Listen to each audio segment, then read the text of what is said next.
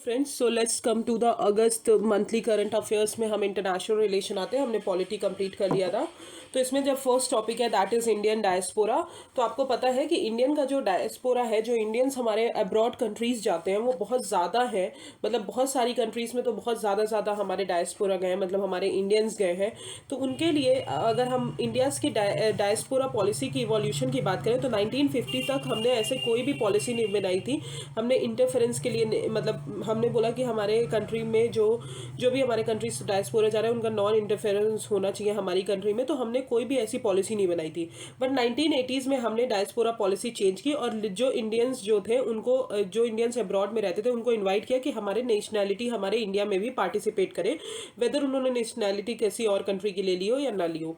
Post 2000 के बाद हमने एक होस्ट पॉजिटिव मेजर्स इंट्रोड्यूस किए, जैसे कि ministry of overseas Indian affairs बनाई, फिर पीआईओज बनाए, कार्ड बनाए, प्रवासी भारतीय दिवस बनाया, भारतीय सम्मान अवार्ड बनाया, overseas citizen of Indian card बनाए, एनआरआईज फंडिंग के लिए प्रोवाइड की, और वोटिंग राइट्स जो सिटीजन्स हमारे अब्रॉड में रहते हैं उनको दिए। तो दीज आर द मेजर्स जो हमने इंडिया डायस्पोरा के लिए लिए।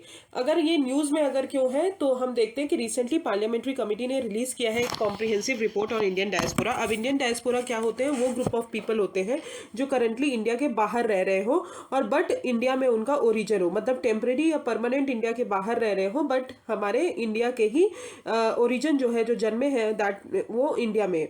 तो इट कॉमनली अंडरस्टूड दैट ये एनआरआईज को इंक्लूड करते हैं, ओवरसीज सिटीजन्स ऑफ इंडिया को इंक्लूड करते हैं, पीआईओज को इंक्लूड करते हैं जो कि हमारे फॉरेन नेशनल्स हैं। अब पीआईओज और ओसीआई कार्ड होल्डर जो है वो मर्ज कर दिया गया था वन कैटेगरी में, ओसीआई इन 2015। अब इंडिया की अगर बात करें तो इंडिया जो है one of the largest diaspora है हमारे वर्ल्ड का, with over 31 million including over 13 million NRIs और 18 मिलियन पीआईओज। कंपोजिशन जो है इंडियन डायस्पोरा का वो बहुत ज़्यादा डाइवर्स है, जहाँ पे लेबरर्स है, वर्कर्स है, ट्रेडर्स है, पॉलिटिकल लीडर्स है, प्रोफेशनल्स है, एज वेल एज स्टूडेंट जो है हमारे पूरे अक्रॉस द वर्ल्ड में स्प्रेड है। और मेजर कंसंट्रेशन अगर बात करें इंडियन डायस्पोरा का तो US, Canada, UK, Australia, Gulf, European Union, South and West Africa, girmitiya countries.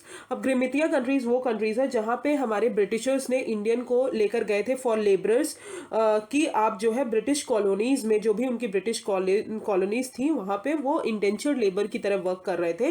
तो ग्रिमितिया कंट्रीज उनको बोला जाता है। अब ग्रिमितिया कंट्रीज में आती हैं Fiji, Mauritius, Jamaica, South Africa, Guyana, Suriname etcetera. तो these are the countries comes under girmitiya countries. Now let's come to India's जो है कहीं ना कहीं with US dollar 87 billion of remittances जो है डायस्पोरा उसको सेंड करते हैं। तो इंडिया जो है लार्जेस्ट रेमिटेंसेज रिसीव करने वाला कंट्री है इन द वर्ल्ड में। और इंडिया का इंगेजमेंट जो है उसके डायस्पोरा के साथ वो बहुत सारे फैब्रिक्स में डिवाइडेड है, जैसे कि 4 C's: care, contact, care, connect, celebrate and contribute. Okay, so what are the tangible benefits of Indian diaspora? Obviously ये हमारे इंडिया के बाहर है तो कहीं ना कहीं एम्बेसडर ऑफ इंडिया के इंटरेस्ट को जो है वो फुलफिल करते हैं। फॉर एग्जाम्पल रेमिटेंसेज हमारे यहाँ बहुत ज़्यादा आ रहे हैं। दूसरी चीज़, ये वर्क करते हैं bridges between Indian government and host countries. अगर होस्ट कंट्रीज के बीच कुछ प्रॉब्लम्स चल रही है इंडिया के बीच तो इंडियन डायस्पोरा कहीं ना कहीं हमारा ब्रिज जो है, गैप जो है उसको कम करते हैं, क्योंकि हम उनके लिए पॉलिसीज बनाते हैं तो हम उनके हिसाब से फिर इंडिया से कंसर्न लेते हैं। तो ये सारी चीज़ें। तीसरी चीज़ है driving force in getting foreign remittances and investment from abroad to India.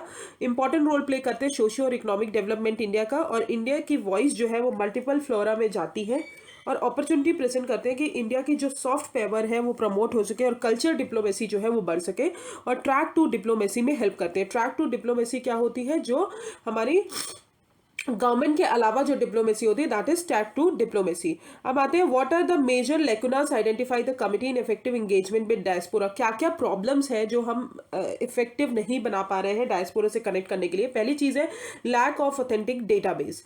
अब लैक ऑफ ऑथेंटिक डेटाबेस की अगर बात करें तो रजिस्ट्रेशन जो है डायस्पोरा का वो वॉलेंट्री है, तो अंटायर डायस्पोरा जो है वो रजिस्टर्ड नहीं हो पाते इंडियन एम्बेसीज और पोस्ट अब्रॉड में। तो ये एक इम्पॉर्टेंट जो है लेक्यूना है। दूसरी चीज़, लार्ज पॉपुलेशन जो है उनका एक्सक्लूजन है, क्योंकि low semi skill blue collar workers जो है वो अपना कंफर्टेबल फील नहीं करते कि वो प्रवासी भारतीय दिवस सेलिब्रेशन में पार्टिसिपेट करें। कोई भी क्लियर पॉलिसी नहीं है। पॉलिसी जो है गवर्नमेंट की वो फीडबैक पे बेस्ड है, which it gets from diaspora from time to time. High number of unresolve grievances है various embassies consulates and offices में। कोई भी स्पेसिफिक स्कीम नहीं है जो रिहेबिलिटेशन वर्कर्स जो है इंडियन में अब्रॉड में रहते हैं उनके लिए रिहेबिलिटेट प्रोवाइड किया जाए अगर वो जॉब उनकी लॉस खत्म हो चुकी हो, मतलब लॉस्ट हो चुकी हो ड्यू टू कोविड-19। सॉरी, इनसफिशिएंट इवोल्यूशन है प्रोग्राम्स का और स्कीम्स का for the welfare of diaspora population. As challenges in crisis situation की अगर बात करें, for instance 1000 of Indian student जो है वो मेडिकल सर्विसेज के लिए, मेडिकल पढ़ाई के लिए जाते हैं यूक्रेन, मतलब रशिया वगैरह, और अदर कोर्सेज के लिए यूक्रेन और चाइना। वो अपनी कहीं ना कहीं इंडिया की चीज़ें सॉरी, इंडिया की चीज़ें जो है वो छोड़ देते हैं और जो है अपनी कंट्री में रिटर्न नहीं होते। तो these are the challenges related to major lacunas. अब what are the major challenges faced by Indian diaspora in other countries. तो वेस्ट एशिया स्पेसिफिक में अगर बात करें तो ऑयल प्राइसेस कम होने की वजह से शेल गैस का जो प्राइस है वो ब्लूम हुआ, ग्रोथ जो है स्लोवर हुई, जिसके कारण हमारे इंडियंस की जॉब में बहुत ज़्यादा इफेक्ट पड़ा कि उनको जॉब नहीं करने दिया गया। कॉन्फ्लिक्ट और इंस्टेबिलिटी राइज होने की वजह से due to Shia Sunni conflict radical Islamism बढ़ गया जो कि हमारे इंडियंस को इफेक्ट किया। एक्सप्लॉइटिव खफाला लेबर सिस्टम, जो कि खफाला लेबर सिस्टम एक स्पॉन्सरशिप सिस्टम है जो वर्कर्स को बाइंड करता है कि आप जो है कॉन्ट्रैक्ट के थ्रू कफील, जैसे दैट मीन्स स्पॉन्सर से जो है बधे रहेंगे। नितकत लॉ सिस्टम, जिसका एम है कि वो large section of overseas workers को रिप्लेस करेगा विथ जो लोकल्स हैं हमारे सऊदी अरेबिया के। अब यूएस एंड कनाडा यूके में बात करें तो डिस्क्रिमिनेटरी प्रैक्टिसेस है, प्रोटेक्शनिज्म पॉलिसी है यूएस की, जिसके कारण हमारे इंडियंस को ज़्यादा फेवर नहीं मिल रहा है। Revision of visa norms in UK, demand of dual citizenship. General economic issues की बात करें तो कॉन्ट्रैक्चुअल टर्म्स के वायलेशन होना, adverse working condition, wage related issues. तो these are the issues faced by Indian diaspora in abroad countries. Now let's come to what is the recommendation of the committee. तो उन्होंने बोला एक policy document बनाइए पूरे diaspora की जो कि गाइडिंग प्रिंसिपल की तरह सर्व करे उनका इंगेजमेंट इंडिया के साथ। मेंटेनेंस ऑफ डेटा, उन्होंने बोला कि डेटा को कोलेट करिए और ऑथेंटिकेट डेटाबेस बनाइए अंडर द मिनिस्ट्री जो कि हमारी वेलफेयर स्कीम्स को अच्छे से इम्प्लीमेंट कर सके। प्रवासी भारतीय दिवस इवेंट्स को रिव्यू करिए जहाँ पे मोर पार्टिसिपेशन हो सके पूरे जो भी वर्कर्स हैं उनका भी। Para diplomacy is stepping up the efforts of coordination and closer interaction with the state government to successfully implement this. Qualitative and quantitative improvement in the grievance redressal system and cultural diplomacy हमको बनाना बहुत ज़रूरी है because at the end हमारा rich historical culture है जिसको हमको promote करना ज़रूरी है और soft power उसी से promote होगी। Migration और mobility agreements में assessment देखना है और comprehensive rehabilitation scheme बनानी है जो अपनी job lose कर रहे हैं उनके लिए, ठीक है। तो these are the recommendations by the committee. Now let's come to what are the steps taken to engagement. मतलब हमारी कंट्री ने क्या स्टेप्स लिए हैं कि हमारी डायस्पोरा पॉपुलेशन के साथ एंगेज हो पाए। तो ministry of overseas Indian affairs और मिनिस्ट्री ऑफ एक्सटर्नल अफेयर्स को उन्होंने मर्ज कर दिया है 2015 में, जिस led to re integration in bringing more holistic approach towards dealing with the issues of diaspora. फिर revamping of organisation of Pravasi Bharatiya दिवस जहाँ पे बहुत ज़्यादा पार्टिसिपेशन डायस्पोरा का बढ़ाया गया है। Programmes schemes like know India programme, scholarship programme for diaspora children, okay. फिर आते हैं institutional framework for support and welfare of Indian nationals abroad जैसे कि Madad portal, e migrate portal, Indian community welfare. फिर रोबस्ट सिस्टम जो है grievance redressal के लिए बनाया है, that is centralised public grievance redressal and monitoring system जहाँ पे आप वो कर सकते हो ट्विटर और ईमेल्स के थ्रू। स्टेट आउटरीच प्रोग्राम जो है अंडर द बैनर विदेश संपर्क जो है ये बनाया गया है जहाँ पे मिनिस्ट्री ऑफ एक्सटर्नल अफेयर्स और स्टेट गवर्नमेंट्स जो है उनका ऑब्जेक्टिव रहता है कि वो कॉपरेशन प्रोवाइड करे जो भी वेलफेयर्स हैं, एनआरआईज रह रहे हैं हमारे, उनके वेलफेयर्स के लिए। Facilitating the diaspora community to contribute to give back to the country, that is Vajra facility scheme, Prabhas प्रवासी भारतीय अकेडमिक एंड साइंटिफिक संपर्क वैभव स्कीम। फिर स्कीम फॉर रिहेबिलिटेशन की बात करें तो स्वदेश जो कि लॉन्च किया गया है सिटीजन्स के लिए कि जो भी वंदे मातरम मिशन के अंदर उन सिटीजन्स को लौटाया जाएगा जो भी कोविड के टाइम पे बहुत ज़्यादा चीज़ें फेस कर रहे थे, ओके। तो this is the Indian diaspora. Now let's come to Indian Antarctic act 2022। तो रिसेंटली इंडियन अंटार्कटिक एक्ट जो है एनैक्ट किया गया है। अब इंडियन अंटार्कटिक एक्ट 2022 का एम यही है कि जो भी अंटार्कटिक एनवायरनमेंट है उसको हमको प्रोटेक्ट करना है और जो भी उस पर डिपेंडेंट इकोसिस्टम उनको प्रोटेक्ट करना है, कि हमारी अंटार्कटिक ट्रीटी को इफेक्ट देना है, and convention on conservation of Antarctic marine living resources to the protocol on environment protection of Antarctic treaty. अब की ऑब्जेक्टिव्स क्या है? ऑब्वियसली जो हमारे इंडियन एक्सपेडिशन है अंटार्कटिक में उसको प्रोहिबिट करना है, वहाँ पे कुछ एक्टिविटीज़ जो है नहीं की जाएंगी विदाउट अ परमिट। एलिमिनेट करना है कि हमको माइनिंग और इलीगल एक्टिविटीज़ वहाँ बिल्कुल नहीं की जाएंगी। इंडिया का ऑब्लिगेशन है कि वो अंडर द अंटार्कटिक ट्रीटी उसको फुलफिल करना है, और इंडिया का इंटरेस्ट जो है और प्रोएक्टिव इन्वॉल्वमेंट है in management of Antarctic tourism उसको प्रमोट करना है। इंक्रीज करना है international visibility and credibility of India in polar governance, and effective and elective operation करना है हमारे इंडिया के अंटार्कटिक प्रोग्राम का। अब की प्रोविजन अंडर द एक्ट अगर बात करें तो एप्लीकेबिलिटी है, किनके किनके ऊपर एप्लीकेबल होता है। तो पहली चीज़ ये एप्लीकेबल होता है किसी भी इंडियन, किसी भी फॉरेन सिटीजन, सबके ऊपर, भले वो इनकॉर्पोरेटेड हो, स्टेब्लिश्ड हो, रजिस्टर्ड हो लॉ के अंदर। वेजल्स, एयरक्राफ्ट, उनके अंदर उनको भी एप्लीकेबल होता है, और any Indian expedition to Antarctica, तो सारी चीज़ों पे एप्लीकेबल होता है, बट फॉरेन सिटीजन्स पे भी एप्लीकेबल होता है। ओके, फिर उन्होंने एक कमिटी स्टैब्लिश की है on Antarctic governance and environment programme, जो कि कौन होगा? चेयरमैन, सेक्रेटरी, और जो है मिनिस्ट्री ऑफ अर्थ साइंसेज के वो चेयर होंगे। उनका वेरियस फंक्शन है, जैसे कि वो सस्पेंशन, ग्रांट एंड कैंसिलेशन करेंगे परमिट, बहुत सारी एक्टिविटीज़ का मॉनिटर करेंगे, इंप्लीमेंट करेंगे, और इंश्योर करेंगे कंप्लाइंस जो भी चीज़ें हैं, और नेगोशिएट करेंगे फीस और charges with other parties, and establishment of waste classification system and waste management plans etcetera. अब परमिट सिस्टम की बात करें तो परमिट जो है वो कमिटी प्रोवाइड करेगी, और रिटर्न ऑथराइजेशन देगी from another party to the protocol will be required for various activities. बहुत सारी एक्टिविटीज़ के लिए आपको परमिट रिक्वायर्ड है, जैसे कि entering and staying in Antarctica, mineral resources activities, introduction of non native animals, plant और microscopic organism, removal of biological specimen, waste disposal, इन सब के लिए आपको परमिशन लेनी पड़ेगी।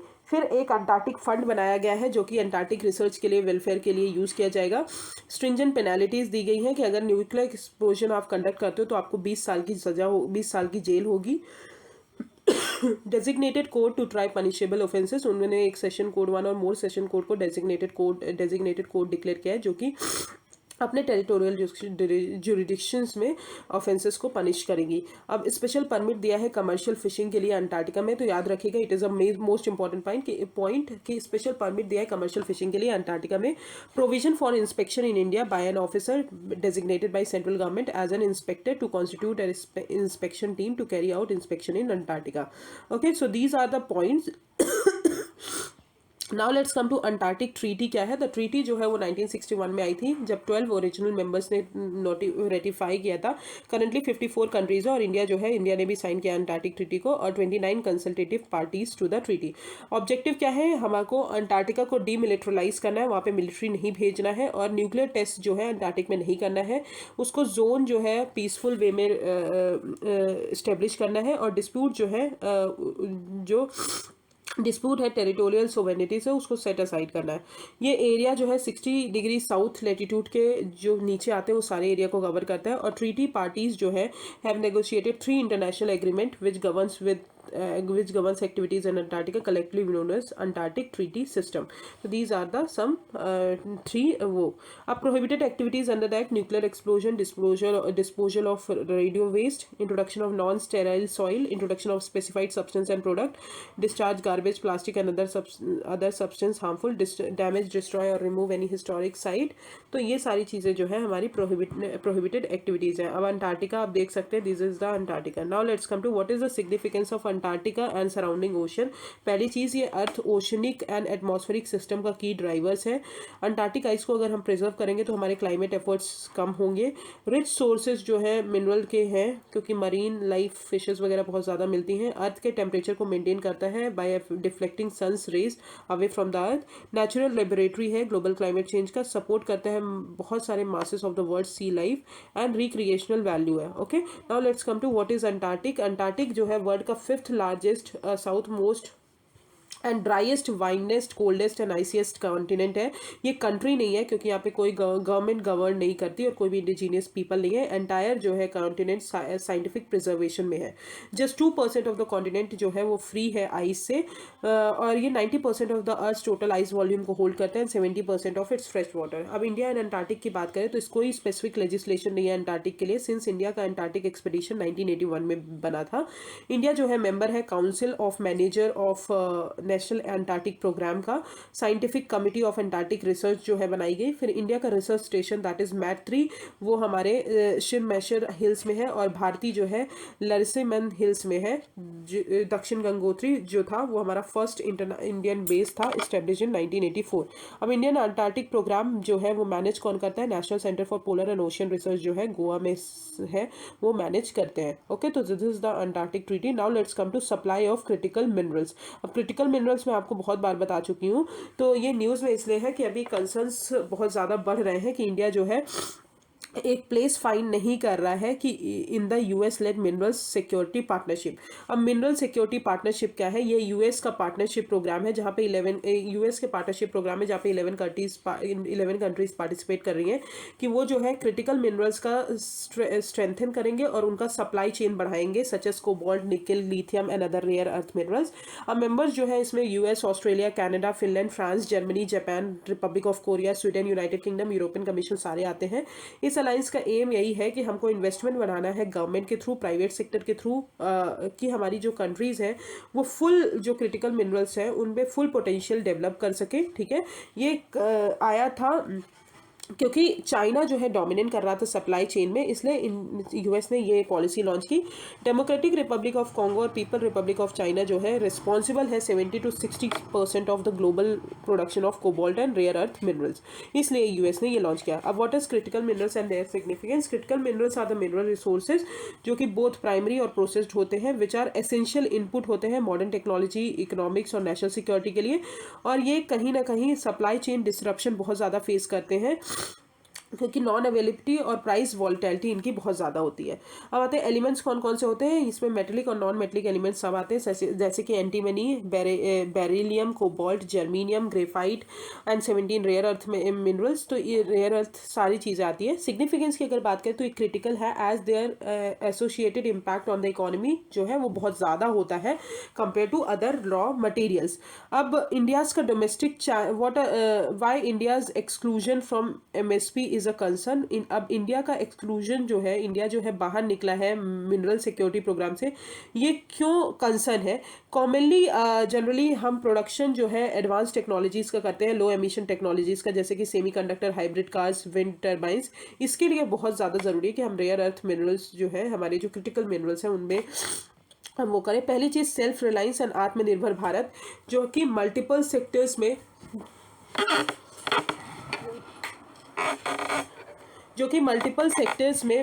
वो बिल्ड किया जा रहा है। Domestic manufacturing capacity of semiconductor and batteries, energy efficiency को प्रमोट करेगा, फास्टर एडॉप्टेशन और मैन्युफैक्चरिंग जो है हाइब्रिड और इलेक्ट्रिक व्हीकल्स का बढ़ाएगा क्योंकि क्रिटिकल मिनरल्स का यूज़ किया जाता है, और डीकार्बनाइजेशन जो है एनर्जी सिस्टम का वो बहुत अच्छे से करेगा by through clean energy technologies. ठीक है, अब देखते हैं what are the India's domestic challenges. पहली चीज़ इनोवेशन, तो इनोवेशन जो है वो बहुत ज़्यादा कम है जो हमारी न्यू सप्लाईज को बढ़ाए। दूसरी चीज़ डोमेस्टिक रिजर्व्स, तो अनएक्सप्लोर्ड डोमेस्टिक रिजर्व्स जो है of all critical minerals due to limited capacity, क्योंकि वो अनएक्सप्लोर्ड है। प्रोडक्शन की अगर बात करें तो गवर्नमेंट कंपनीज जो है उनकी मोनोपोली है ओवर रेयर अर्थ मिनरल्स जो कि आउटडेटेड टेक्नोलॉजीज यूज करते हैं, जिसके कारण एनवायरमेंट इंपैक्ट बहुत ज़्यादा होता है। फंड्स की बात करें तो हाईली कैपिटल इंटेंसिव प्रोडक्शन है with limited private investment due to bad experience. तो this is the India's domestic challenges. Now let's come to what are the challenges in critical mineral supply. तो सबसे पहले high import dependency होती है of most countries due to high geographical concentration of critical minerals and extraction and processing. तो import dependency बहुत ज़्यादा होती है।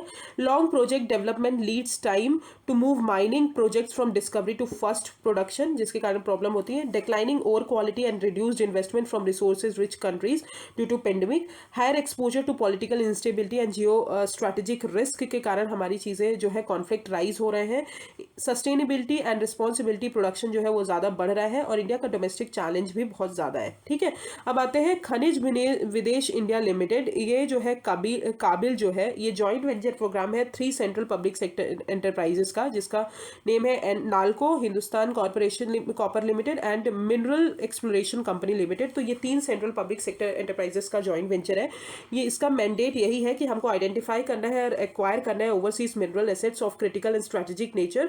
और करेंटली ये इंगेज है बहुत सारी कंट्रीज से like Australia, Argentina, Bolivia, Chile to tap critical and strategic minerals. Now let's come to what is the way forward. तो गवर्नमेंट ने सेटअप किया इंडिया काबिल, जो हमने देख लिया कि हमारे जो ओवरसीज क्रिटिकल मिनरल्स हैं, स्ट्रेटेजिक मिनरल्स हैं, उनको हम कैसे आइडेंटिफाई करें, एक्वायर करें bye signing a bilateral agreements with Australia, India, सारी चीज़ों के साथ। Further it should setup N intelligence centre setup करना चाहिए क्रिटिकल मिनरल्स में, जो कि फ्यूचर डिमांड और सप्लाई को देखें, आइडेंटिफाई करें कि क्या पोटेंशियल वीकनेस है। दूसरी चीज़, focus on domestic exploration through capacity enhancement of Indian Bureau of mines.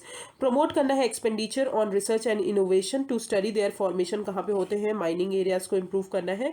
Enhance करना है supply chain resilience, scale up recycling to relieve pressure on primary supply, और स्ट्रेंथन करना है international collaboration for strategic acquisition of overseas mines.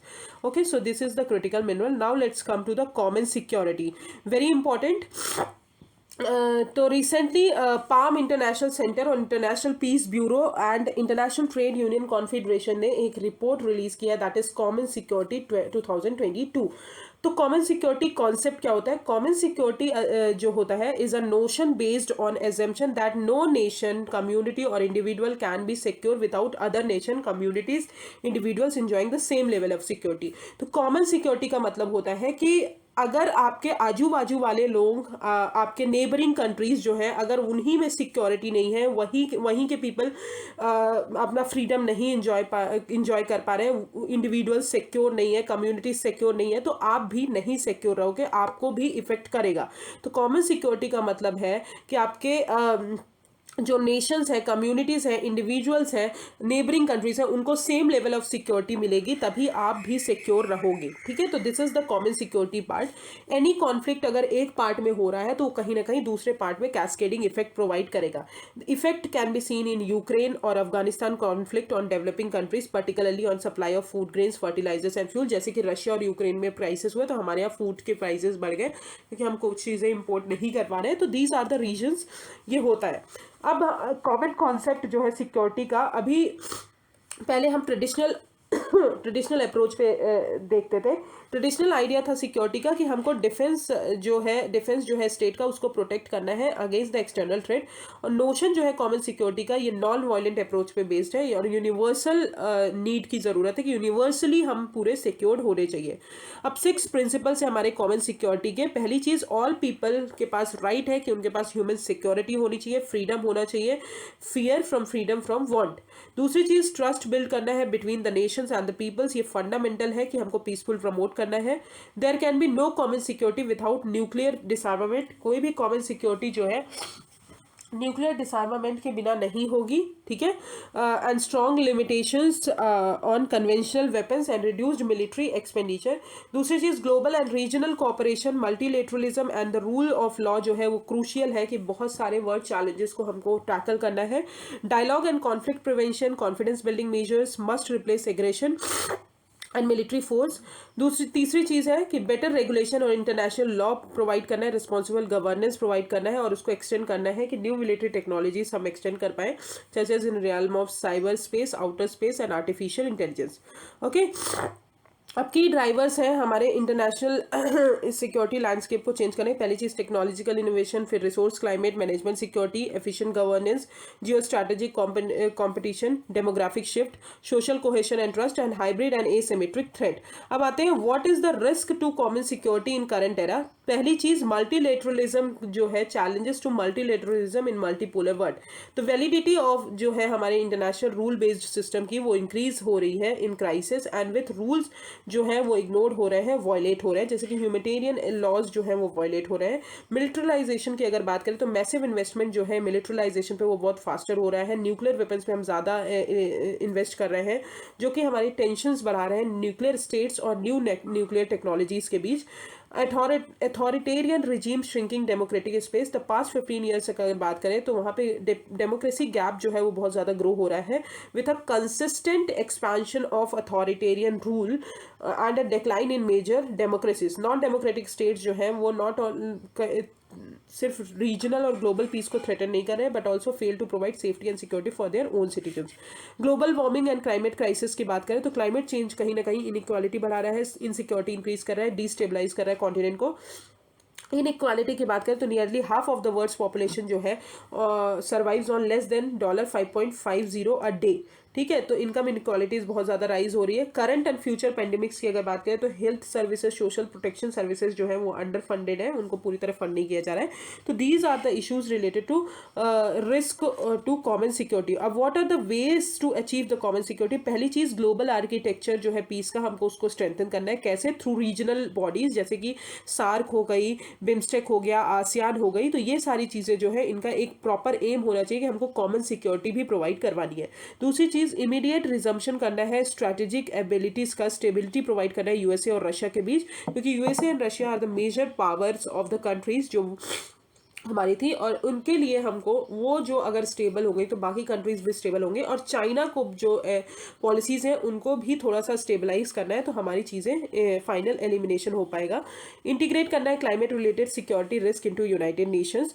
दूसरी चीज़, link करना है disarmament with development. तो finding innovation ways to utilise nuclear equipment and expertise for peaceful purposes and to support the transition of military personnel to non military profession. अब revitalise करना है nuclear arms control and disarmament. तो जो arms control treaties हैं particularly regarding nuclear weapons and their delivery system, for example this, इन सबको हमको रिविटलाइज करना है। और स्टेट जो है वो न्यूक्लियर टेस्ट ना कैरी करें, वो भी देखना है। Regulation of new military technologies and outer space weapons, जैसे कि आउटर स्पेस ट्रीटी वगैरह। और इंगेज करना है और इन्वॉल्व करना है सिविल सोसाइटीज़ को, जो अवेयरनेस बढ़ा सके इन सब चीज़ों के लिए, कॉमन सिक्योरिटी के लिए। तो these are the ways to achieve common security.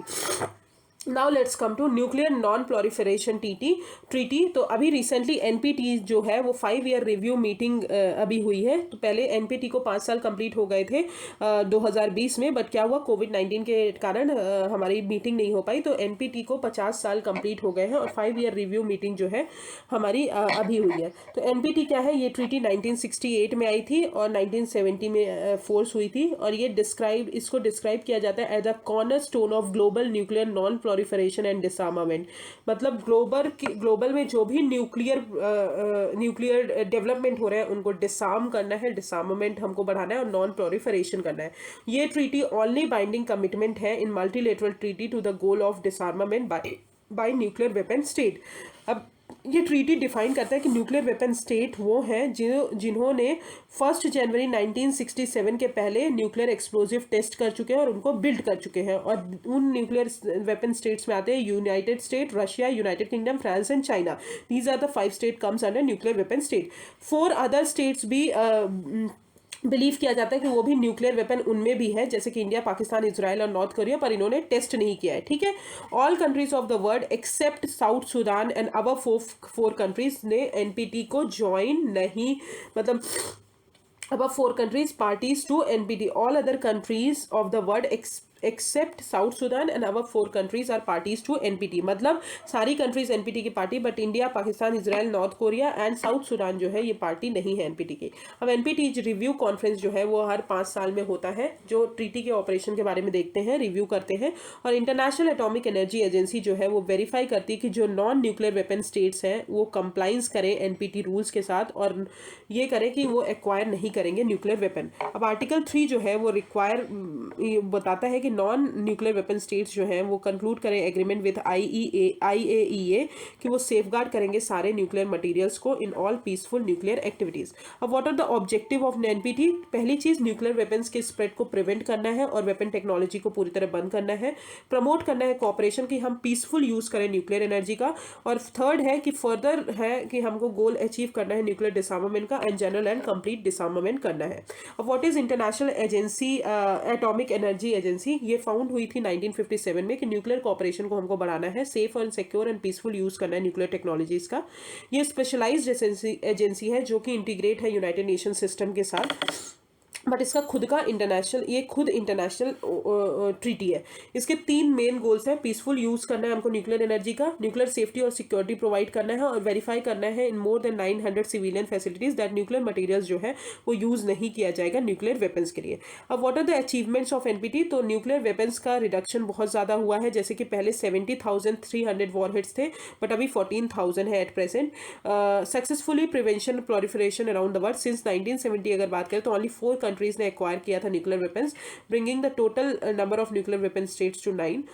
Additional protocol for detection की बात करें तो ट्रीटी की जो है कॉपरेशन फैसिलिटेट करती है on peaceful application of nuclear technology और क्रिएट करती है nuclear weapon free zones. Additionally state of many regions जो वर्ल्ड के हैं उन्होंने चूज किया कि वो न्यूक्लियर वेपन फ्री जोन्स रहेंगे इसके साथ कमिटमेंट करके। अब what are the challenges to effective implementation of NPT, NPT के क्या चैलेंजेस हैं, मतलब इम्प्लीमेंटेशन क्यों नहीं हो रहा है। तो पहली चीज non compliance of each nuclear weapon state with the treaty. This include जैसे कि रशिया हो गया, चाइना हो गया, ये अपने आर्सेनल के साइजेस इंक्रीज कर रहे हैं, मैक्सिमम नंबर ऑफ वॉरहेड्स बढ़ा रहे हैं, fuelling on nuclear arms race by spending billions of money जो है वो न्यूक्लियर वेपन्स पे स्पेंड किए जा रहे हैं ईच ईयर, ठीक है, and failing to pursue negotiation to in good faith to end the nuclear arms race. Unsettled international security environment की बात करें, ये कहीं ना कहीं नेशंस को पोलराइज कर रहा है कि न्यूक्लियर प्योरिफिकेशन को अडॉप्ट करिए। यूएस विदड्रॉ कर दिए जैसे कि JCPOA से, और यूएस और North Korea negotiation at halt. Loopholes in treaty अगर बात करें तो NPT does not forbid a non weapon state, जो नॉन वेपन स्टेट है जिनके पास वेपन नहीं है उनको प्रोसेसिंग, न्यूक्लियर वेपन प्रोसेसिंग करने से उनको मना नहीं करता। It forbid the acquisition but in theory countries with weapons could sign the NPT as a non weapon state and not give up the weapons, ठीक है। तो एनपीटी जिन्होंने साइन किया वो ऐसे नॉन वेपन स्टेट की तरह साइन किया, बट वो जो है वेपन्स को गिव अप नहीं कर रहे हैं। तो कोई भी सैंक्शन नहीं है for violators for withdrawals from the treaty. Emergence of new technologies की बात करें तो न्यू टेक्नोलॉजीज और टाइप्स ऑफ वेपन्स बहुत ज्यादा बढ़ रहे हैं। Break down international diplomacy over the Ukraine invasion in also enabling other states to move away from non-proliferation and disarmament and formation of military grouping.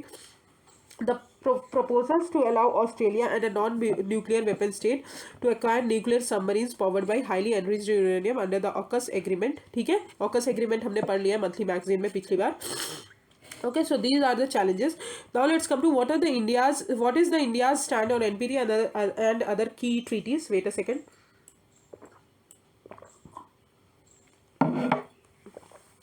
India continues to attach, India ने बोला है कि हमको हाई प्रायोरिटी बनानी है कि हमको nuclear डिसआर्मामेंट पूरी तरह अचीव करना है और नॉन डिस्क्रिमिनेटरी अप्रोच को बढ़ाना है। इंडिया जो है फेवर में नहीं है कि वो साइन करेगा और ज्वाइन करेगा NPT due to discrimination in favour of 5 original nuclear, क्योंकि उन्होंने ऑलरेडी न्यूक्लियर वेपन्स डेवलप कर चुके हैं, ठीक है, तो उनको वो नहीं रोक रहा है because it divides the world nuclear, जिनके पास है न्यूक्लियर वेपन्स और जिसके पास नहीं है। इंडिया ने अपोज किया है treaty on prohibition of nuclear weapons, जो कि ऑन द ग्राउंड, किस ग्राउंड पे उसको अपोज किया है कि इट डज नॉट कॉन्स्टिट्यूट और contribute to the development of customary international law, और ये प्रोहिबिट करता है पार्टिसिपेशन किसी भी न्यूक्लियर वेपन का रिलेटेड एक्टिविटीज़। अब इंडिया ने comprehensive nuclear test ban treaty को भी अपोज किया है क्योंकि ये डिस्क्रिमिनेटरी नेचर का है, जो कि सारे न्यूक्लियर एक्सप्लोजन जो है टेस्ट पे अर्थ पे बंद करवाता है, प्रोहिबिट करता है। इंडिया ने सपोर्ट किया है on the commencement of negotiation on comprehensive nuclear weapon convention in conference on डिसआर्मामेंट, जो कि वर्ल्ड का सिंगल मल्टीलेटरल डिसआर्मामेंट नेगोशिएटिंग फोरम है, जो कि कंसेंसस पे बेस्ड है। और इंडिया ने fissile material cut off treaty को भी सपोर्ट किया है, जो कि हाई एनरिच्ड यूरेनियम और प्लूटोनियम को बंद करवाते हैं। इसीलिए हम न्यूक्लियर के जो 3 स्टेज प्रोग्राम है इंडिया का उसमें अनएनरिच्ड यूरेनियम यूज कर रहे हैं, ठीक है। So these are the India's stand. Now let's come to Stockholm SIPRI report जो है 2022 की, उन्होंने हाईलाइट किया है nuclear weapons proliferation. While absolute number of nuclear arsenal जो है वो रिड्यूस्ड हुए हैं, बट एक्सपेक्टेड है कि वो ग्रो होंगे। रशिया और USA together 90% of the all nuclear weapons को स्टोर करते हैं, पोजेस करते हैं। 9 न्यूक्लियर आर्म स्टेट है, United State, Russia, UK, France, China, India, Pakistan, Israel and Democratic Republic of Korea continue अपने न्यूक्लियर आर्सेनल्स को मॉडर्नाइज कर रहे हैं। Okay, so this is the nuclear energy and this comprehensive test ban treaty, ये सब मैंने PT 365 में बहुत अच्छे से कवर किया है, अगर इस बार आया तो इस बार भी हम पढ़ाएंगे। ओके, अब आते हैं SAARC, South Asian Association for Regional Corporation, SAARC. तो फॉर्मर प्राइम मिनिस्टर जो है भूटान के, उन्होंने कंसर्न रेज किया है कि करंट स्टेटस जो है सार्क का करंट स्टेटस जो कि वो उसकी मीटिंग्स नहीं हो रही हैं, और उन्होंने बोला कि हमको सार्क को रिजुविनेट करना चाहिए। अब सार्क क्या है? रीजनल इंटरगवर्नमेंटल ऑर्गेनाइजेशन है जो कि ढाका में स्टैब्लिश हुआ था 1985 में। इसमें 8 मेंबर कंट्रीज आती हैं, अफगानिस्तान, अफगानिस्तान, पाकिस्तान, इंडिया, नेपाल, भूटान, बांग्लादेश, तो दी एंड श्रीलंका। तो दीज आर द कंट्रीज जो हमारे सार्क कंट्रीज में आती है, जो इंडिया की नेबरिंग कंट्रीज हैं। ऑब्जेक्टिव, इसका सेक्रेटेरिएट काठमांडू में नेपाल में लोकेटेड है।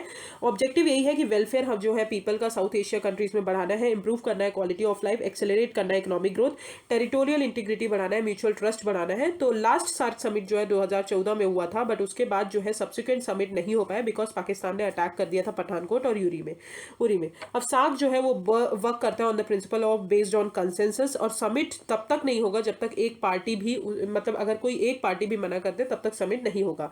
इन 2016 इंडिया ने अलॉन्ग विद अफगानिस्तान, बांग्लादेश, भूटान, मालदीव, श्रीलंका, उन्होंने डिक्लाइन कर दिया था कि वो पार्टिसिपेट नहीं करेंगे इस्लामाबाद सार्क समिट में। अब नीड क्यों जरूरी है? पहली चीज, ये साउथ एशियन रीजन को पूरी तरह रिप्रेजेंट करता है। जैसे कि सार्क जो है ऑर्गेनाइजेशन है जो जोग्राफिकली और कल्चरली कनेक्ट करते हैं साउथ एशियन आइडेंटिटी जो है कंट्रीज की, उनको कॉमन इश्यूज जो है रीजन का वो एक है बिकॉज वो क्लोजली टाइड है कल्चरल वैल्यूज से। Similar traditional as well as emerging issue है जैसे कि टेररिज्म, एनर्जी शॉर्टेज, हाइड्रोपॉलिटिक्स, ये सारी चीज़ें सेम है। Criteria for economic integration of the region as per World Bank अगर बात करें with intra regional trade at less than 5%, तो साउथ एशिया जो है वो लीस्ट इंटीग्रेटेड रीजन है हमारे पूरे वर्ल्ड का। भले इतना ज़्यादा कल्चरल जो वैल्यूज हैं वो सेम है बट फिर भी लीस्ट इंटीग्रेटेड है। Central pillar of India's neighbourhood first policy, और कोई भी रियल ऑल्टरनेटिव्स नहीं है। जैसे कि बिम्स्टेक जो है वो सार्क को रिप्लेस नहीं कर सकता बिकॉज बिम्स्टेक में लैक ऑफ कॉमन आइडेंटिटी है, मतलब बहुत सारी कंट्रीज जो जुड़ी हैं उनके पास आइडेंटिटी कॉमन नहीं है। ओके, तो इसलिए कोई भी रियल ऑल्टरनेटिव्स नहीं है। अब failure and challenges of SAARC, तो पहली चीज़ इंडिया और पाकिस्तान का जो टेंशन है बढ़ने के कारण हमारा सार्क समिट नहीं हो पा रहा है, और वो नहीं हो पा रहा है, ठीक है। फिर दूसरी चीज़ lack of dispute resolution mechanism, तो सार्क के पास कोई भी ऐसा एग्रीमेंट नहीं है जो हमारे डिस्प्यूट को रिजॉल्व कर पाए। फिर south Asian free trade agreement जो है जो कि अभी पूरी तरह से इम्प्लीमेंट नहीं हुआ है, और lack of transit facility also prevent trade relations to flourish. Failure in reaching common grounds on issues despite having similarities, policies जो है स्टेट्स की वो शिफ्ट नहीं हो रही हैं टुवर्ड्स द आइडियाज जो उनको डेवलप करना है। Languishing for want of political will with political tension and clashes nearby, South Asian countries जो है वो कहीं ना कहीं इनसिक्योरिटी और चैलेंजेस फेस कर रही हैं to the creation of South Asian Union. Dealing with terrorism, पूरी कंट्रीज टेररिज्म के थ्रू डील कर रही है। Asymmetry between India and other member countries, जैसे कि they perceive India as a big brother और वो रिलेक्टेंट होते हैं कि इंडिया की पॉलिसीज को इंप्लीमेंट करें।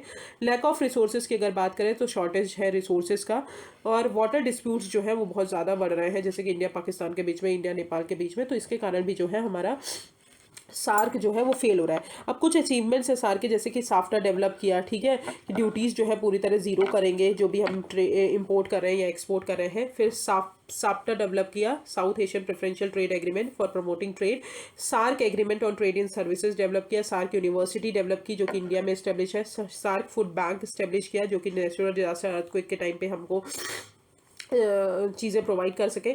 आर्बिट्रेशन काउंसिल बनाई, डेवलपमेंट फंड बनाया, और South Asian Regional Standard Organisation बनाई, ठीक है, जो कि ढाका में इस्टेब्लिश है। अब आते हैं what is the way forward. तो पहली चीज़ हमको सार्क की मीटिंग कंडक्ट करवानी है, फिजिकल और वर्चुअल जैसे भी हो, वो बहुत ज़्यादा एसेंशियल है। रिजॉल्व करना है डिफरेंसेस अमंग कंट्रीज, जैसे कि इनफॉर्मल और फॉर्मल डायलॉग्स बढ़ाने हैं हमारे इंडिया और पाकिस्तान के बीच में, अदर कंट्रीज के बाद में। इकोनॉमिक इंटीग्रेशन हमको बढ़ाना है और रीडिफाइन करना है सार्क का charter. Okay, so this is the SAARC. Now let's come to the trans Himalayan multi dimensional connectivity network. तो चाइना और नेपाल ने एग्री किया है कि वो trans Himalayan multi dimensional connectivity network को बनाएंगे। दैट इज, देखिए, चाइना और नेपाल ने अभी वो किया है, ठीक है। अब trans Himalayan multi dimensional connectivity network क्या है? तो इन चाइना का बेल्ट एंड रोड इनिशिएटिव आपने पढ़ा है, ये जो प्रोग्राम है वो चाइना के बेल्ट एंड रोड इनिशिएटिव का पार्ट है, ठीक है। इसका एम यही है कि हमको कनेक्टिविटी जो है through ports, roads, railways, aviation and communication के थ्रू बढ़ानी है, और इसका एम है कि हमको इंटीग्रेशन जो है चाइना का साउथ एशिया के साथ, जो rest of the south Asia है, उनको बढ़ाना है। अब कंसर्न्स इंडिया के क्या है कि Himalayan quad, many expert observe that China जो है वो कहीं ना कहीं ट्राई कर रहा है कि वो हिमालयन कॉर्ड को फॉर्म करेंगे by consisting of 4 Himalayan countries, जैसे कि चाइना, पाकिस्तान, अफगानिस्तान एंड नेपाल। तो these 4 countries form a quad, जो कि कहीं ना कहीं हमारे इंडिया की सिक्योरिटी पे नेगेटिव इफेक्ट करेंगे और उनके एनवायरमेंट पे। दूसरी चीज़ impact on relation with Nepal. Land lock country है हमारी नेपाल, जो कि ट्रेडिशनली इंडिया पे रिलाई है for trade and transit route. Now China की इंफ्रास्ट्रक्चर डिप्लोमेसी कहीं ना कहीं वहाँ पे अगर ग्रोथ और डेवलपमेंट प्रॉमिस करती है, तो नेपाल को ऑल्टरनेटिव मिल जाएगा इंडिया का कि चाइना तो हेल्प कर ही रही है।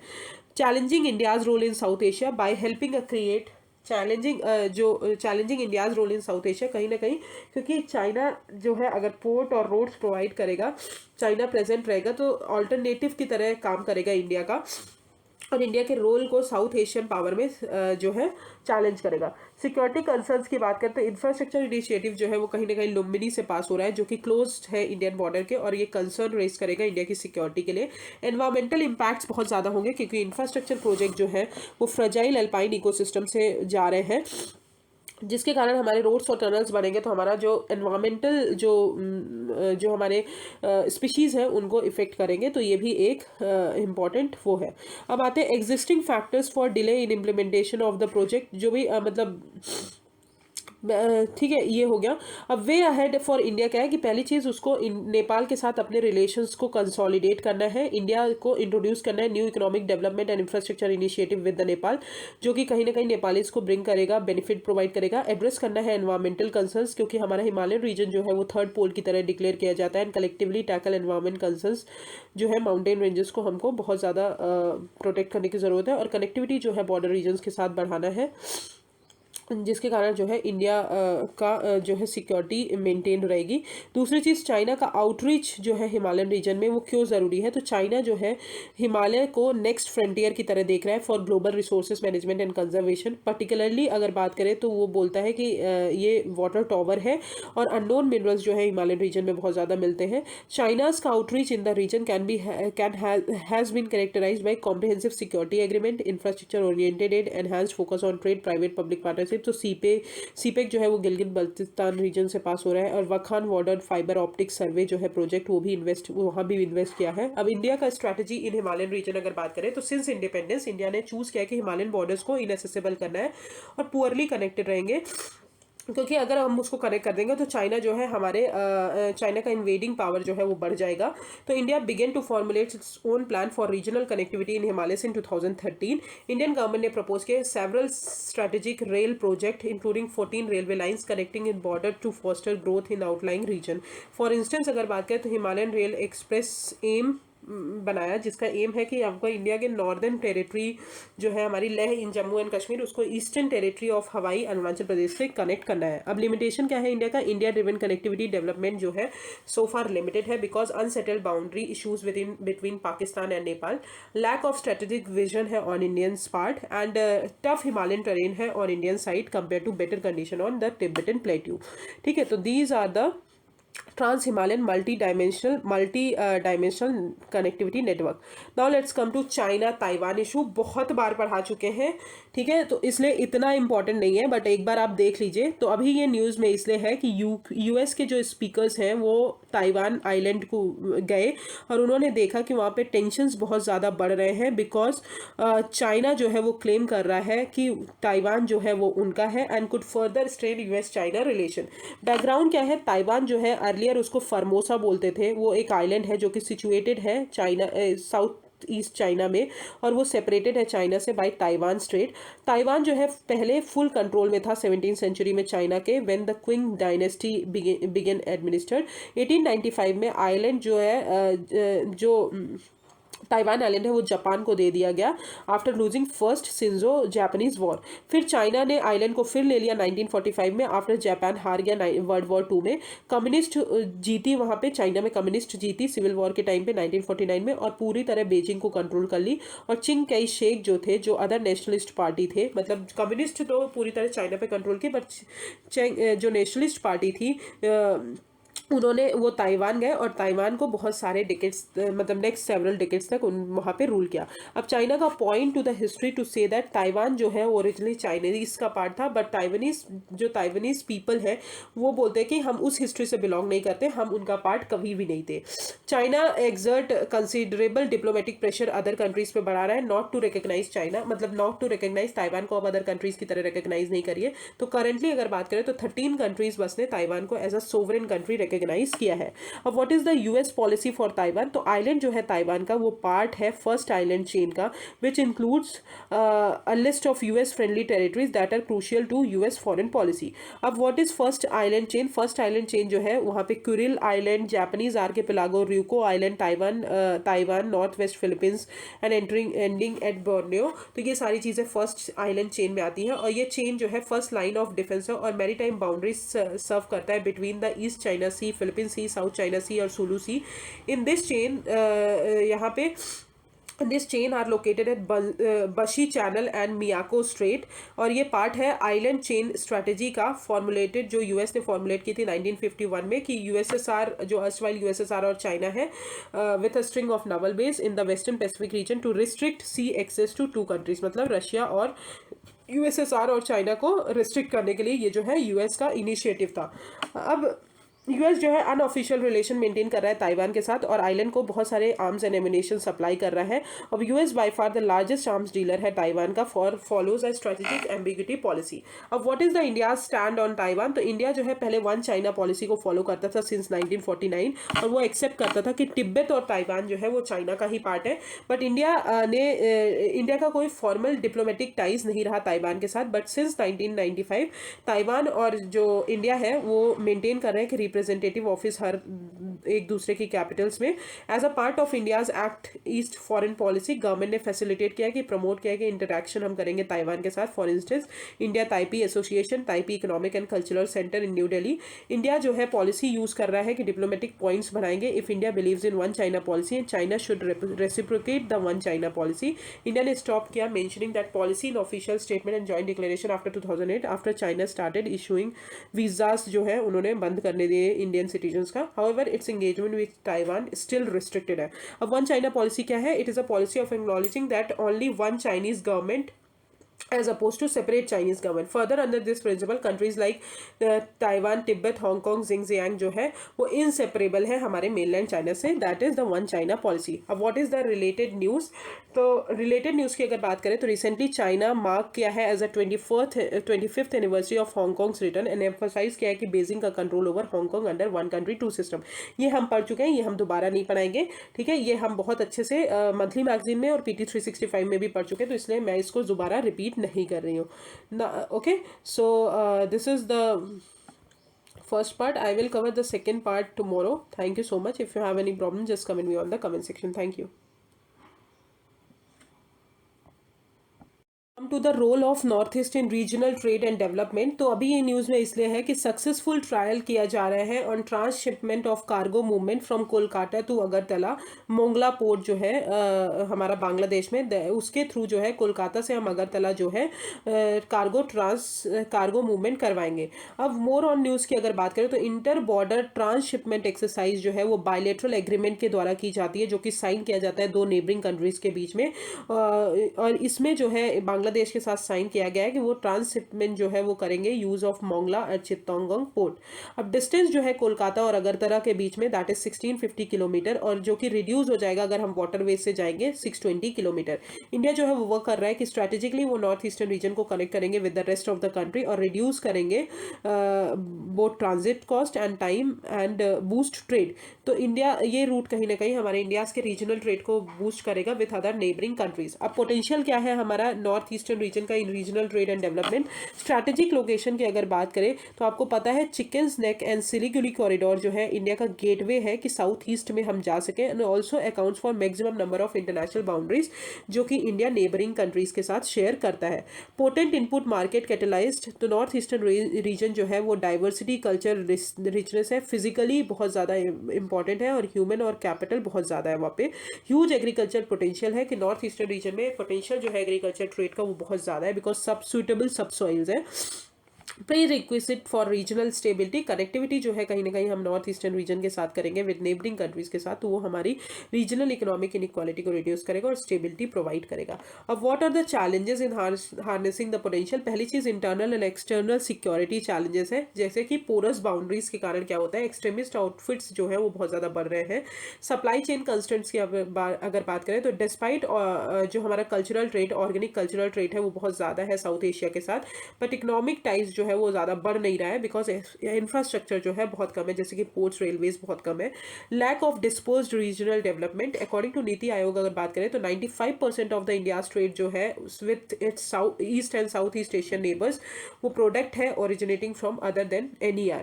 Dominance of cross border informal trade, porous boundary, supply chain constraint at regional level और delay in customs and immigration clearances, वो underlying cause है for rising informal trade। Chinese influence की अगर बात करें तो इंडिया का ट्रेड एंड इन्वेस्टमेंट जो है वो नेग्लिजिबल है as compare to China, because China जो है वो लार्जेस्ट ट्रेडिंग पार्टनर है हमारे बांग्लादेश का। अब what are the other cross border connectivity initiatives देख लेते हैं। तो कालाधन मल्टी मॉडल प्रोजेक्ट जो है वो हमारा म्यांमार के साथ लॉन्च किया गया है, ठीक है। सितवे पोर्ट जो है म्यांमार में, वहाँ पे India Myanmar Thailand trilateral highway project launch किया गया है। फिर Mekong India economic corridor launch किया है। ये कॉरिडोर जो है हमारे हो चिंग वियतनाम से पास होगा और देवई से म्यांमार से विया बैंकॉक और कंबोडिया। सितवेल रोड जो है that is Ledo road and Burma road, world war 2 overland road linking Ledo in Assam and Kunming in China. फिर Delhi Hanoi railway link project launch किया गया। फिर तामू कलेवा फ्रेंडशिप रोड लॉन्च किया गया। फिर ये सारी चीज़ें, तो ये सारी चीज़ें इनिशिएटिव्स लॉन्च किया। अब what are the way ahead to harness the potential of NER। पहली चीज़ बॉर्डर सिक्योरिटी को हमको स्ट्रेंथन करना है, फेंसिंग बनानी है अच्छे से, सर्विलेंस रेडार सिस्टम हमको बढ़ाना है, जिसके कारण हमारी जो है बॉर्डर सिक्योरिटी जिसके कारण हमारी बॉर्डर जो है सिक्योरिटी जो है वो मेंटेन रहे। इंश्योर करना है पॉलिटिकल स्टेबिलिटी, कैसे? Through transparent resolution of Naga political conflict. दूसरी चीज़ कनेक्टिविटी प्रोजेक्ट्स को स्पीड अप करना है, प्रोडक्शन हब बनाना है, पीपल का पार्टिसिपेशन जो है वो डेवलपमेंट में बढ़ाना है और स्ट्रेंथन करना है ह्यूमन रिसोर्स, ठीक है। तो these are the some role of north east in regional connectivity programs. Sorry यार। अब आते हैं Chabahar port. Chabahar port I think I don't need to dictate it, मतलब इसको समझाने की ज़रूरत नहीं है, बिकॉज बहुत बार पढ़ चुके हैं, इसलिए हम इसको नहीं कर रहे हैं। हम PT 365 में फिर दोबारा करेंगे, ठीक है। मंथली मैगजीन में आई थिंक एक बार और पढ़ चुके हैं चाबर पोर्ट, तो let's skip this. Now let's come to India Egypt relation.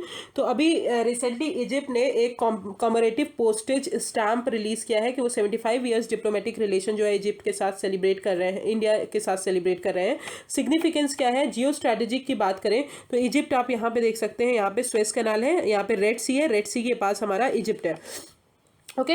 अब जियो स्ट्रैटेजिक की बात करें तो इजिप्ट जो है स्ट्रैटेजिकली लोकेटेड है और ये ट्रेड रूट्स जो है हब है ट्रेड रूट्स का between Europe, Africa and Asia. Jio political की बात करें तो इजिप्ट जो है सिग्निफिकेंट पार्टनर है जो इंडिया के अरब कंट्रीज़ के साथ टाइप को इंक्रीज करता है। और इजिप्ट स्ट्रैटेजिक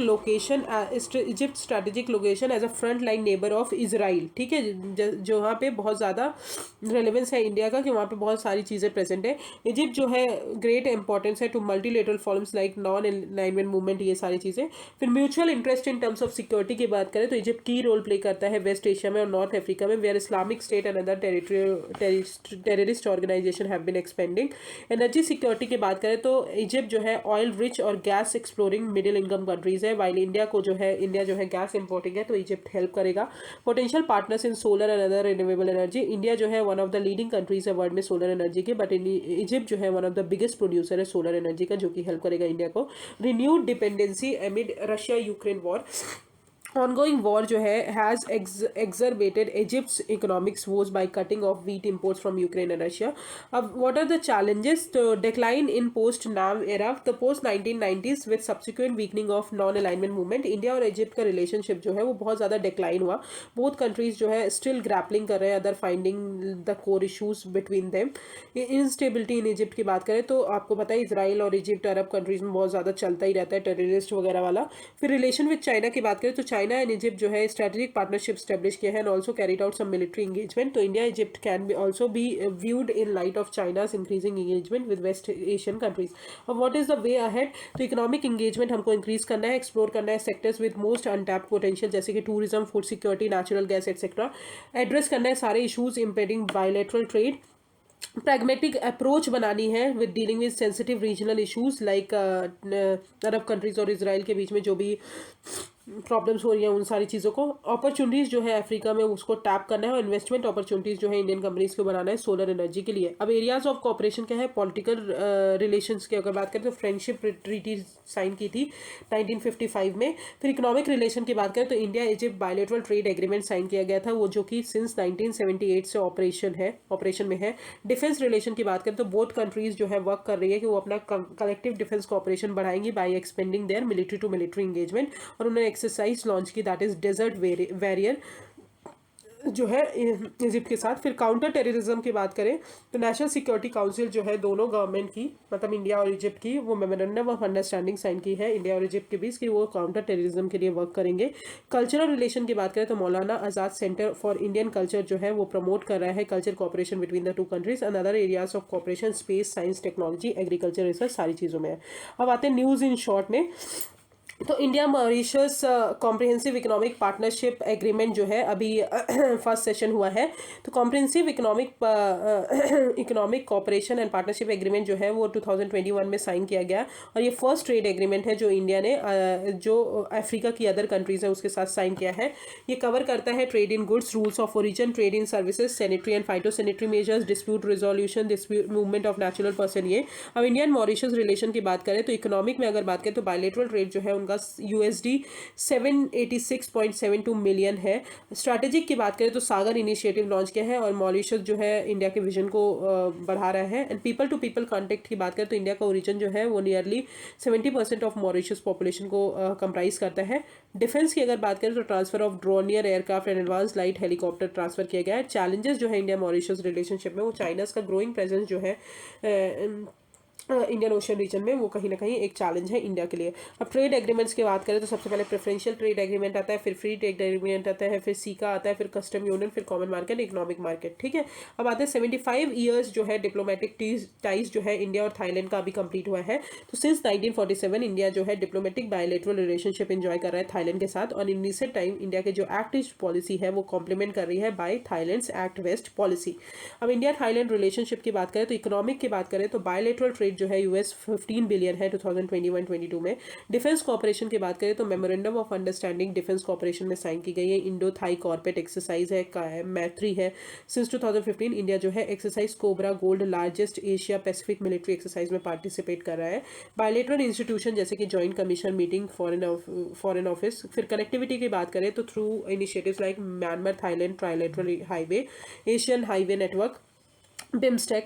फिर आते हैं कल्चरल बुद्धिज्म जो है ये कॉमन थ्रेड है हमारे सारी कंट्रीज़ के बीच में। रीजनल कोऑपरेशन की बात करें तो through ASEAN, East Asia summit, BIMSTEC, इन सब के द्वारा जो है वो पार्टिसिपेट कर रहे हैं। फिर मैकोंग गंगा कोऑपरेशन भी है और पीपल टू पीपल कॉन्टेक्ट भी बढ़ रहा है। रूल्स ऑफ ओरिजिन तो अभी ये न्यूज़ में इसलिए है कि सेंटर बोर्ड जो है इनडायरेक्ट टैक्सेस एंड कस्टम का उन्होंने स्टेट किया कि अगर कॉन्फ्लिक्ट बढ़ रहा है कैरोटार और और रूल्स ऑफ ओरिजिन के बीच तो हमारा प्रोविजन जो है रूल्स ऑफ ओरिजिन का वो प्रिवेल करेगा, कारोटार का नहीं वो करेंगे। अब what is free trade agreement जो है अलाउ करता है कि इंपोर्ट करें हम बहुत सारे आइटम्स बहुत कम जीरो और concessional basic custom duty rate पे। इंडिया जो है फ्री ट्रेड एग्रीमेंट बहुत सारी कंट्रीज़ के साथ साइन किए हैं। अब कारोटार रूल्स क्या होता है, कारोटार का एम यही है कि हमको ड्यूटी एविजन को प्लग करना है through routing export to India under FTA। अब अंडर कारोटार रूल्स इंपोर्टर जो है उनको प्रूफ देना पड़ेगा कि 35% जो भी आप यूज़ कर रहे हो वो इंडिया के गुड्स को जो गुड्स ला रहे 35% value addition in goods from country of origin to claim duty concession under FTA। A list of minimum information जिसको इम्पोर्टर को जरूरी होगा कि वो प्रोवाइड करेगा। अब रूल्स ऑफ ओरिजिन क्या होता है, ये क्राइटेरिया है जो कि प्रिस्क्राइब किया जाता है to determine national origin of an imported country. जो इम्पोर्ट कंट्री है उसका नेशनल ओरिजिन पता करना। अंडर दिस कंट्री जो है जो FTA के अंदर आती है इंडिया में कोई भी गुड्स डंप नहीं कर सकती from the some third country in Indian market by putting a label on it. It has undertaken a prescribed value addition in that product to export to India. अब new strategic arms reduction treaty जो है Russia जो है अभी बहुत सारे nuclear Arsenal develop कर रहे हैं जो कि वायलेशन है न्यू स्टार्ट ट्रीटी का। न्यू स्टार्ट ट्रीटी जो है एग्रीमेंट है USSR और रशिया के US और रशिया के बीच में कि वो स्ट्रैटेजिक वॉरहेड्स को लिमिट करेंगे। न्यू स्टार्ट कैप्स जो है 1550 the number of of nuclear warheads that can be deployed by US and Russia. अब आते हैं international convention on standard of training certification and watch keeping for seafarers. तो India Iran ने अभी MOU sign किया है कि smooth movement करेंगे सी फेरर्स का बिटवीन बोथ द कंट्रीज। अब ये जो कन्वेंशन है वो मल्टीलेटरल कन्वेंशन है जहाँ पे बेसिक रिक्वायरमेंट हमको स्टेब्लिश करना है on training certification and watch keeping of seafarers in international level. ये अडॉप्ट किया था 1978 में। ठीक है, compliance and implementation to the convention is looked after by the Indian international Mauritius maritime organisation establish in 1948 is a specialised unit. ठीक है, so this is the end of international part. Thank you so much. If you have any problem just comment me on the comment section. CPEC जो है वो मैं बहुत बार पढ़ा चुकी हूँ इसलिए नहीं पढ़ाया है। If you need I will definitely explain that. Thank you so much.